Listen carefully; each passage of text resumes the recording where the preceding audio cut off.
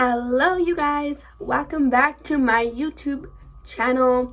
So today I am back at it again with a new YouTube video. I am back with another true crime story while I do my makeup. A lot of people have been asking me to do another one, but I ended up choosing the Gypsy Rose Blanchard. I hope I'm saying her name wrong. Gypsy Rose Blanchard. Gypsy Rose Blanchard case. I feel like everyone knows about this. There's even a TV show called The Act on Hulu about it. So I hope you guys enjoyed this video. Give it a big thumbs up. Don't forget to hit the notification bell right here down below so you can get notified when I post new videos. Don't forget to subscribe. And again, don't forget to follow all my social medias, and let's get into the video. 1, 2, 3, let's switch this up.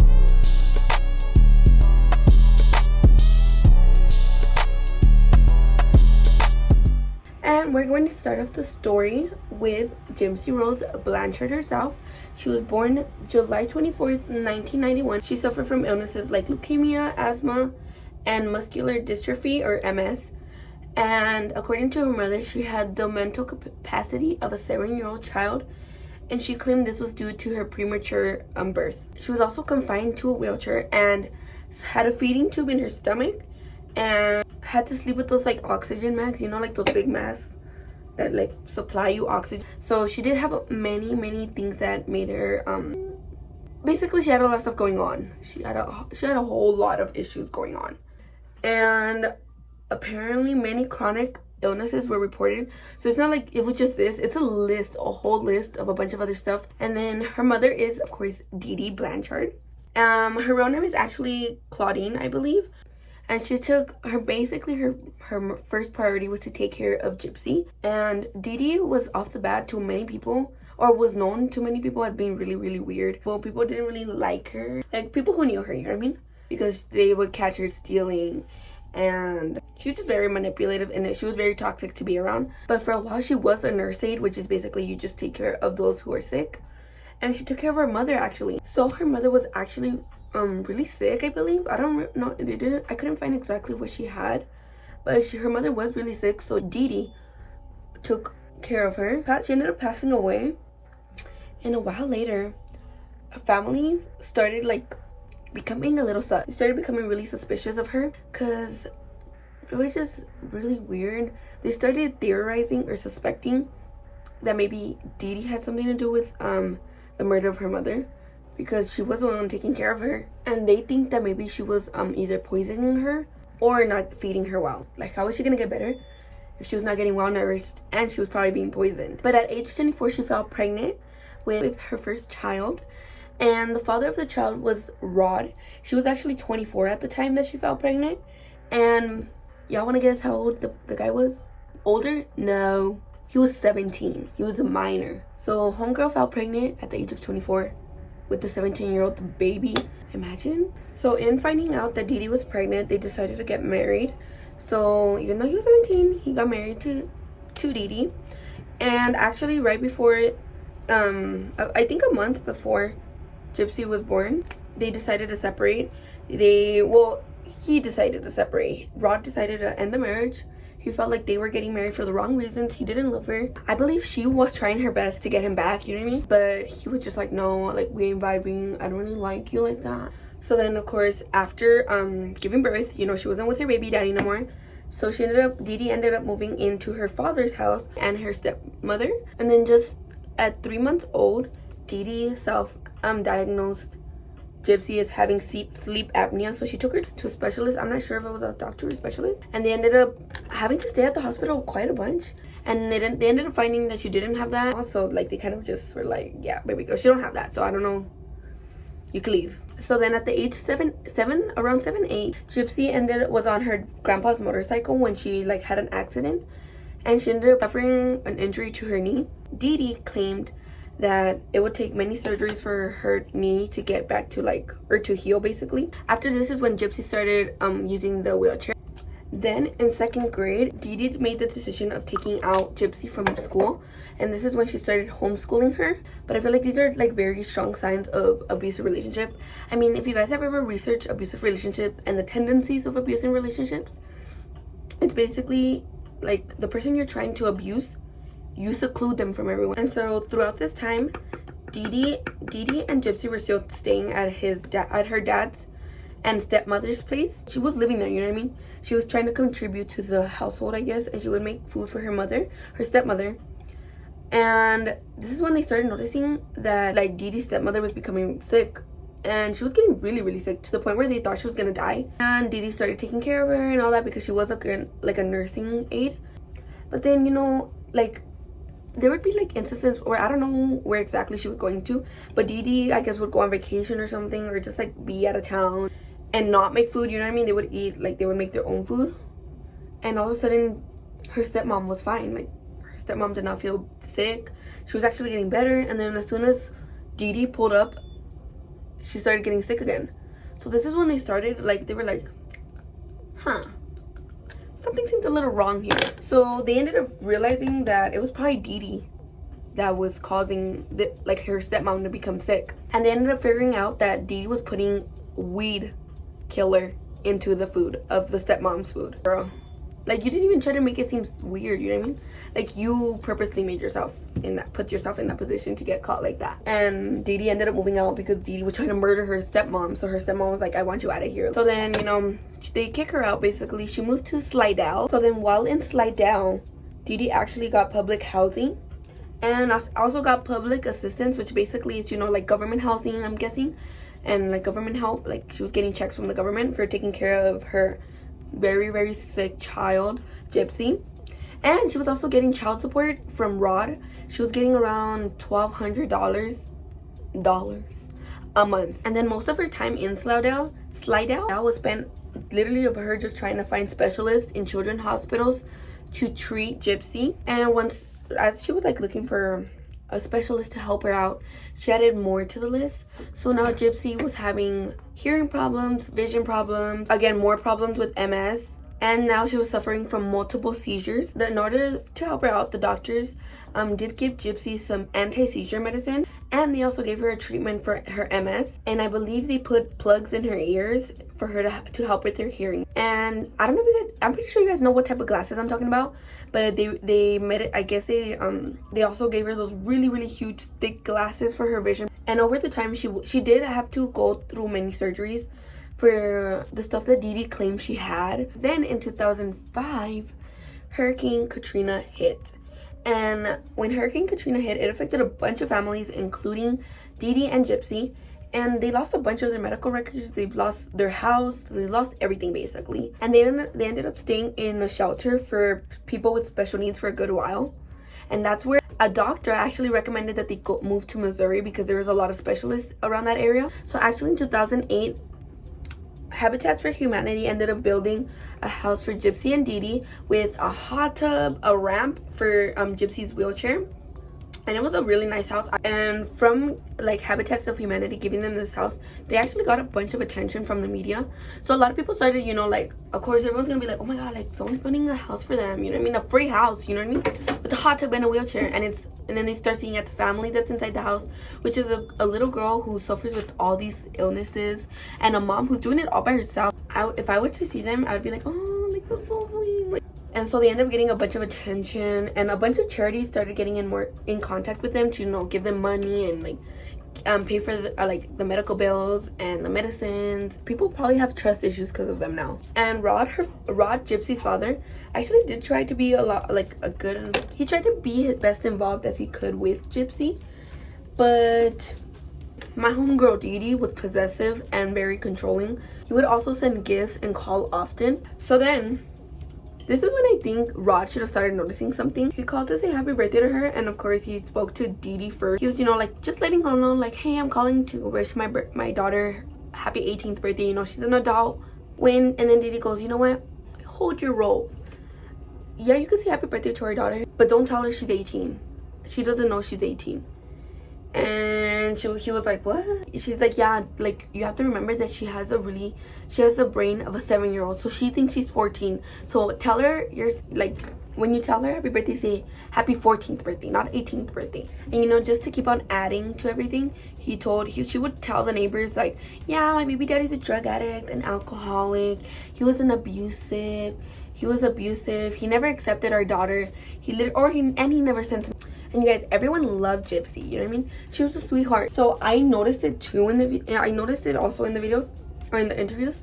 But Didi's always there. Always there in any interview Gypsy has. She's always either like touching her shoulder like this, like, or like holding her hand, or like, you know, something, you know, she's always touching her. Of course, Gypsy's not gonna say anything if her mother's right next to her. Like, apparently whenever like Gypsy would be like, you know what, I'm actually doing really good, like my health is doing really good, I'm feeling better, Gypsy would, like, Didi would like squeeze on her hand like, there.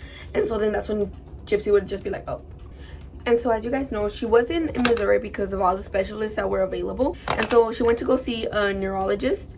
And this neurologist was probably the first and probably the only person who was a little sus on the whole, like, Gypsy thing. And he does MRI tests, he does blood tests.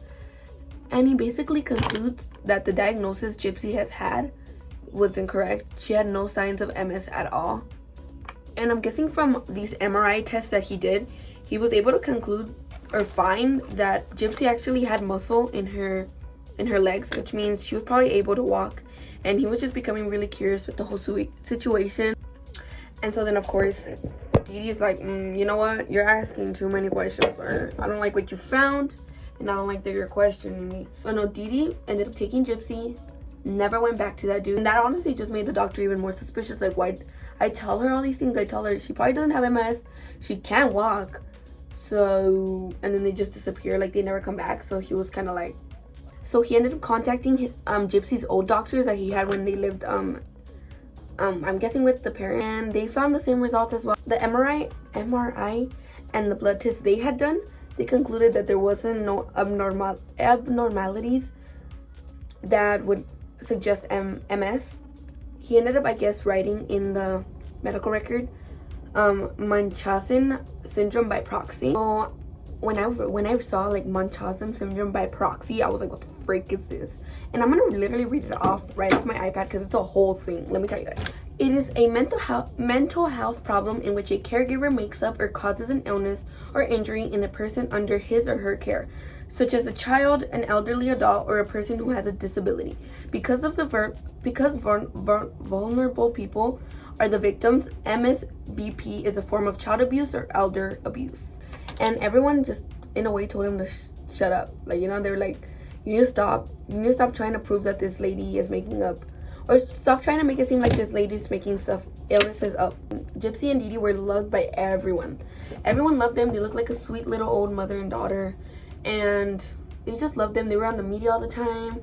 They literally got a free house. They were getting free everything for just being them. So then a while later, someone actually ended up making, like, sending in a anonymous report to the police, claiming that Didi was mistreating Gypsy and that she was actually in better health than what Didi was trying to claim, and that they were actually using fake names and fake birthdays, both of them. And you know, they asked her all these questions. They asked her, like, are you lying about, like, why are you using different names and different birthdays? And the police accepted, like, basically the answer she gave them, which was that the reason that she was using different names and different birthdays was because they were trying to make it harder, or hiding. They were basically hiding from her abusive ex-husband. The ex-husband that is sending you money. But, you know, the officers ended up believing her. And they ended up just closing the file. They were like, okay, well, she's good. She looks sick. So she does look sick. So, and she's saying, you know, she did it because she has an abusive ex-husband. So she must be right. Let's not investigate at all. And let's just close the file. Like, the police officers should have really been more investigative of everything. And if you literally just went and looked at her cabinet, there's hella medicine in there. Medicine that was making her seem sick. Didi was giving Gypsy that made her, like, really, like, it made her look sick. Like, she was like, and like drooling everywhere. And no doctors questioned her. So then in 2010, Gypsy would actually wake up in the middle of the night and like go on the internet on the computer that they had. And Didi was taking these pills, like this sleep medication that would completely knock her out. Like, that was literally her only way of experiencing the world. And in this experiencing the world, she found a dating website. It was a Christian dating website, you know, Christian mingle maybe, I don't know. So then on this dating website is when she met, she met Nicholas Gorijan. I'm gonna put his full name right here because I don't know how to say his name, but Nicholas Gorijan. And so they were, I think they're the same age. Nicholas had his own issues. He had a lot of issues. So he was mentally ill. He also had a criminal record for indecent exposure. Him and Gypsy ended up bonding on the dating website. And I also forgot to mention, but Gypsy did have a best friend, you would say. She was her neighbor had a 24-year-old daughter, and they bonded quite a lot, I would say. That was pretty much the only friend she ever had. But my homegirl Didi did not like it. So when Gypsy started talking to Nicholas, that she did end up telling her neighbor. She was like, hey, I'm talking to this dude. And then the neighbor was all like, that's cool, like, you know, that's really cool. But you should be careful though, because as they started talking more, Gypsy and Nicholas actually ended up getting, they ended up having a private secret Facebook where they would message. And I believe even the neighbor knew about this. They would message boyfriend and girlfriend basically. Nicholas was already into this thing called BDSM, which I'll put right here. What's the meaning of BDSM?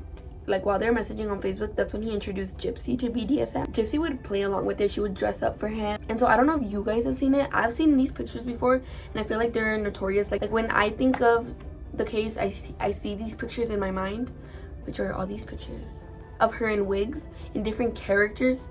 I mean, she looked good in some of the wigs. Some of the wigs were not her shade. Gypsy felt like it was time for them to meet. She really wanted to meet him, but again, Didi was always with her. There was no way of her getting out. They ended up coming up with a plan to meet up. I ended up doing my liner real quickly, the top part, because if not, I would have messed it up. And the plan, so basically, Gypsy was gonna send Nicholas some money, and she was gonna go tell her mom to go take her see Cinderella, the live action movie. Their plan was to act like they didn't know each other, and then to while they're getting popcorn or something or waiting in line, for him to bump into them and then start making small talk, and then for her to invite him to sit with them. So they ended up doing it. They did what they said they were gonna do, and my homegirl, Didi, did not like it. She was like, why is this grown man? What is this grown man doing coming to see a princess movie by himself? And somewhere in there, I don't know how they did it. Okay, so basically they ended up sneaking away from the movie, sneaking out of the movie or something like that, and going to the restroom and having sex. So I don't know how they did it, but they did it. They did it. He claims that Gypsy forced him to do it, that he didn't want to do it, that those were never the plan. Then, I guess after this is when Gypsy decided to tell Nick the entire truth, that she was not sick, she didn't have all these illnesses her mother was claiming. My mom shaves my hair, I don't actually have cancer, She basically revealed the whole truth to him. She spilled all the cheese, man. She's like, dude, guess what, I can walk. Yeah, so he knew the whole truth already.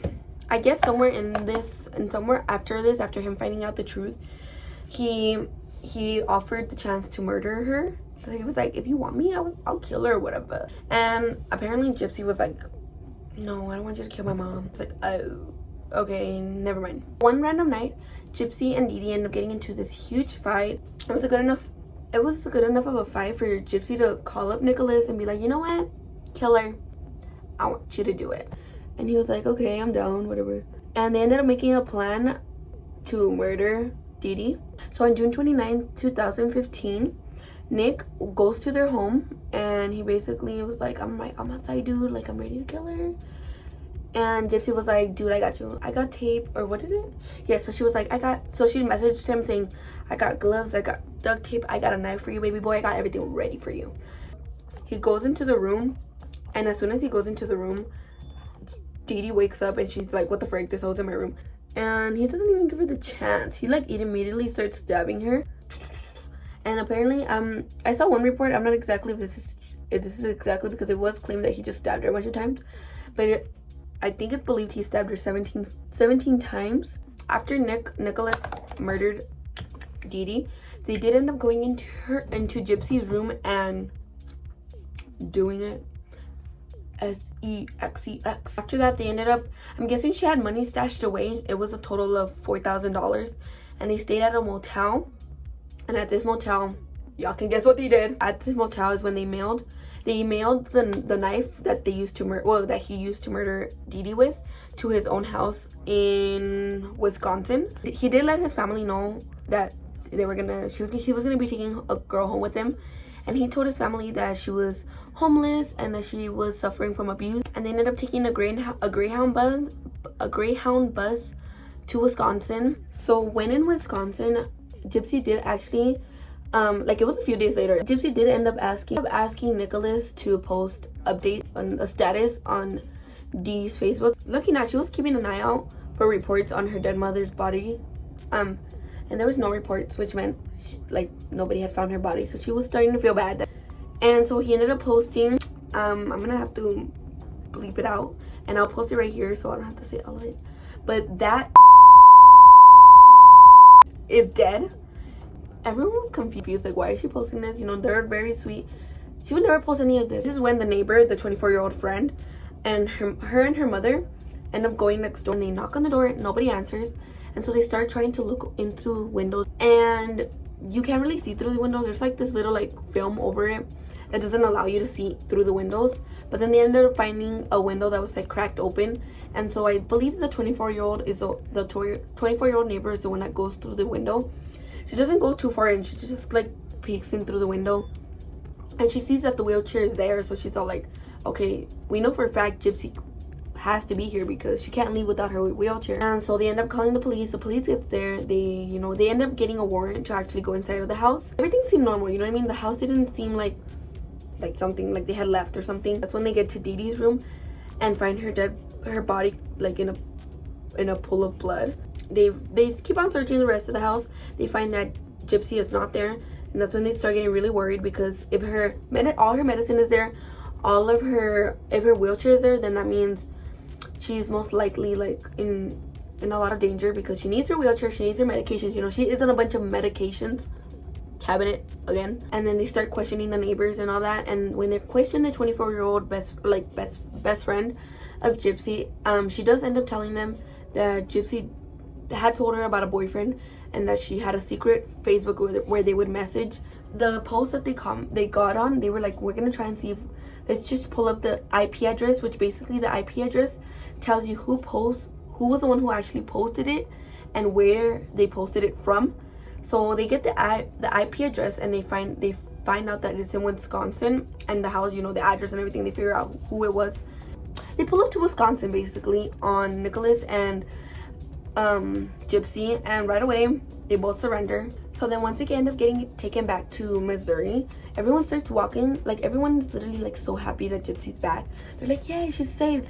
And the police end up having to do a freaking conference, because they're like, you know what, y'all are getting played. And then I don't know exactly how everything came out, but the media did start releasing, like, I guess articles about everything that actually was going on.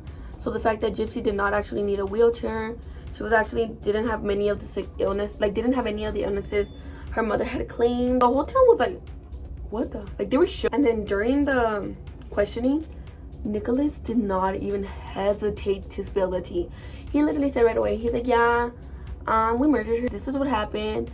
I know, like, yeah, they lied about all of this is all the lies, you know what I mean? I know about all of that. He said that it was all Gypsy's idea to murder.